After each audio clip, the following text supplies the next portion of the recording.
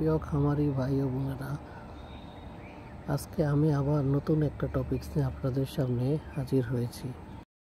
আজকে আমি দেখানোর চেষ্টা করব আমার খামারে মাছের বয়স, বিশেষ করে পোনা মাছের বয়স 1.5 মাস। এই পুকুরে আমি তেলাপিয়া মাছ দিয়েছি। আমি এইসব তেলাপিয়া মাছের পোনাকে কিভাবে খাবার দিই, চলুন ভিডিওটি শুরু করা যাক।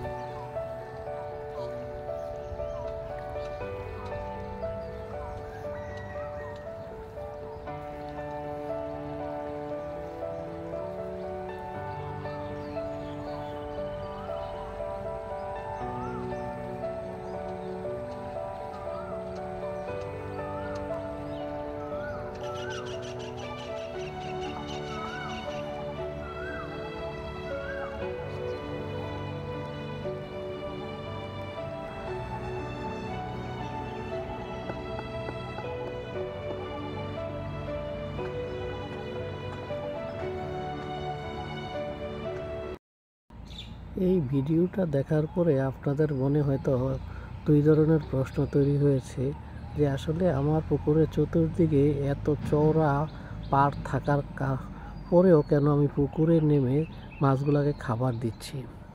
এটার উদ্দেশ্য হচ্ছে, আমি যদি খামারের পাড় ধরে খাবার পরিবেশন করি, তাহলে আমি খাবারগুলো ছিটাইলে বেশি দূর পর্যন্ত যাবে না, এবং পুকুরে প্রচুর পরিমাণে মাছ থাকার কারণে এইসব পোনা মাছ একসাথে হয়ে খাবার খেতে পারবে না।